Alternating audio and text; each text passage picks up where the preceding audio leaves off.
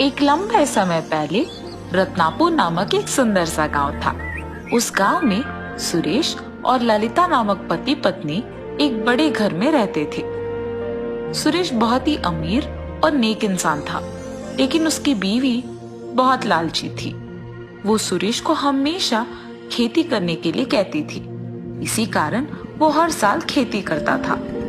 सुनिए, आप इस साल हमारे खेत के साथ ही मेरे माँ के खेत में भी फसल उगाएंगे, तब हमें दुगना पैसा मिलेगा और दुगना लाभ भी होगा। हमारे खेत में फसल उगाना काफी है ना, अब उसके माँ के भी खेत में उगाने की क्या जरूरत है? हमेशा कुछ ना कुछ कहती है। ठीक है ललिता, ये कह के वहां से चले जाता है। इस बार अगर मेरे पति मेरे माँ के खेत में भी फसल उगाएंगे तो बहुत सारा पैसा मिलेगा। हाँ, ऐसे ही वो हमेशा पैसों के बारे में सोचती रहती थी और अपने पति को भी ज्यादा ध्यान ही नहीं देती थी। कुछ दिन बाद सुरेश के फसल उगाने पर 500 अनाज के बोरी आते हैं और सुरेश उस सारे अनाज को घर के एक बड़े कमरे में लगवाता है। ललिता, ललिता। हाँ जी, आई। ललिता, इस साल फसल उगाने पर हमें 500 अनाज के बोरी मिले हैं। उसे बेचकर वो सारा पैसा मैं आके तुम्हें दे दूंगा। हाँ ठीक है जी। कल सुबह अनाज को बेचकर बहुत पैसा आएगा। उन्हें निवेश के लिए रखेंगे तो अगले साल और पैसे आएंगे। हाँ, इन्हीं ख्यालों में खोए वो उस रात नहीं सो पाती है और ऐसे ही अचानक मर भी जाती है।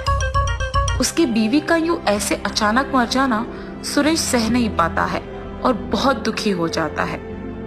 ऐसे बहुत दिन बीत जाते हैं और उसके बीवी के मौत के बाद वो उन अनाज को बेचने के बारे में भूल जाता है।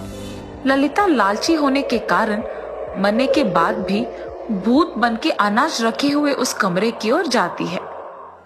अरे ये क्या, मेरे पति ने अब तक इस अनाज को नहीं बेचा। सबसे पहले मेरे पति से इनको बिकवा के पैसे लेना होगा मुझे। ये सोचकर उसके पति के पास जाती है। उस घर में नौकर ललिता को घर में आते हुए देख पूछता है, जी आप कौन है? किसी को पूछे बगैर ही अंदर चली आ रही है। नौकर की इन बातों को सुनकर वो पीछे मुड़ती है। मेरे ही घर में काम करते हुए मुझे पूछ रहे हो कि मैं कौन हूँ? ऐसे गुस्से से कहती है। हाय भगवान, ये तो भूत है, भूत भूत। ऐसे जोर से चिल्लाते हुए डर से बाहर की ओर भागते रहता है।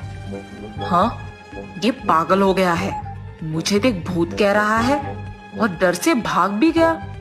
मुझे ये बात अपने पति को बताना होगा और इसे काम से निकलवाना होगा। और ये सोचते हुए वो उसके कमरे में जाती है। नौकर को जोर से चिल्लाते हुए बाहर की ओर भागना सुरेश देख उसे रोकता है। अरे क्या हुआ तुम्हें? ऐसे क्यों भाग रहे हो? मैंने घर में एक भूत को देखा साहब। क्या? मेरे घर में भूत? जी साहब, मैंने सच में उसे देखा है। ठीक है, अगर तुमने सच में देखा है तो उसे घर में रहना होगा ना। चलो देखते हैं। ऐसे दोनों मिलकर घर के अंदर जाते हैं। देखा तुमने? कोई नहीं है यहाँ। ये सब तुम्हारा वहम है। जाओ, जाके काम करो। और ये कह के वो उसके कमरे में जाता है। यही तो देखा था मैंने उस भूत को, इतने में कहाँ गई? ऐसे सोचते हुए वो नौकर भी उसके काम पे लग जाता है। सुरेश उसके कमरे में जाके उसके बीवी के बारे में सोचते हुए दुखी रहता है। हमेशा पैसों के ही बारे में सोचते हुए मुझे डांटती थी। फिर भी जब वो इस घर में थी तो इस घर का रौनक ही कुछ और था। ऐसे अपने आप में सोचता है। अरे आप आ गए, आप ही का इंतजार कर रही थी मैं। हाँ, किसने बात किया अभी? ये तो मेरे बीवी का आवाज है। उसी के बारे में सोच रहा था ना, इसीलिए ऐसा लगा होगा। आपने उस कमरे में रखे अनाज को बेचा नहीं अब तक। आज ही उसे बेच के पैसे लाइए। बातें सुनाई देने पर वो मुड़ के देखता है और वहां एक भूत को देख, भूत भूत बचाओ, ऐसे वो जोर से आंखें बंद करके चिल्लाता है। हाँ, क्यों सभी मुझे देखते ही ऐसे डर के चिल्ला रहे हैं और मुझे भूत कह रहे हैं? मुझे जानना ही होगा। ये कह के वहां से चली जाती है। सुरेश जब आंखें खोलता है तो वहां कोई ना होने पर वो चौंक जाता है। यही तो मैंने एक भूत को देखा, कहाँ गई होगी? शायद ये सब मेरा वहम है। उस नौकर की बातें सुनकर अब मुझे भी ऐसे लगने लगा है। सुरेश उसको दिखे हुए भूत के बारे में सोचता है। न जाने सभी मुझे देख ऐसे क्यों डर रहे हैं, जैसे मानो कोई भूत देखा है। अपने आप को एक बार आईने में देखना होगा। और उसके बाद वो अपने आप को देखने एक आईना के सामने जाती है और डर जाती है। ये क्या, मैं भूत जैसे ही दिख रही हूँ? मतलब मैं मर के भूत बन गई क्या? इतने में सुरेश उसके पत्नी के फोटो के पास जाकर देखते रहता है। मेरी पत्नी का ऐसे अचानक मर जाना मैं बस सह नहीं पा रहा हूँ। ऐसे सोच के दुखी होता है। ये सब भूत के रूप में बदले उसकी पत्नी देखती है। मुझे यकीन नहीं हो रहा कि मैं मर गई। इसीलिए सभी मुझे देख के डर रहे थे। कम से कम मेरे पति ने मुझे नहीं पहचाना। ये सब उसके पति की बातें सुनकर सोचती है। मैंने कभी नहीं सोचा कि मैं ऐसे मर जाऊंगी। मेरे पति को बताए बिना छिपाया हुआ सोना पूरा उनको देना होगा। लेकिन मेरे पति तो मुझे पहचान भी नहीं रहे हैं।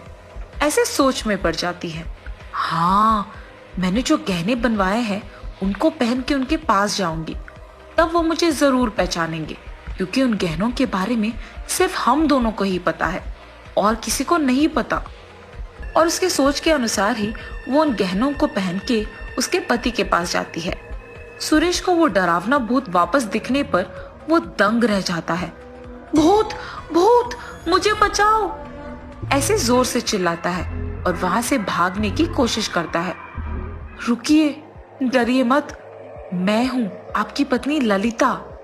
उसकी पत्नी का नाम सुनते ही वो रुक जाता है। क्या तुम मेरी बीवी ललिता हो? जी हाँ, आप ही देखिए ना, इन गहनों के बारे में आपके और मेरे सिवा और किसी को नहीं पता है।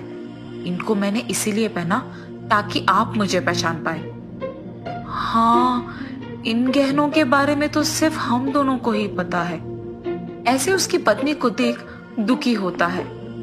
आप ऐसे दुखी मत हो जाइए, मुझे माफ कीजिए। जब मैं जिंदा थी तो हमेशा सिर्फ पैसों के बारे में सोचती थी और आप पे मैंने ध्यान ही नहीं दिया। आखिर में मैं पैसों के बारे में सोचते ही मर भी गई। मैंने आपको बहुत सताया और अब आप मेरे मौत के बाद भी दुखी ही है। मैं जब जिंदा थी तो आपको बताए बगैर मैंने पैसे छिपा के रखे हैं और कुछ सोना भी खरीदा है।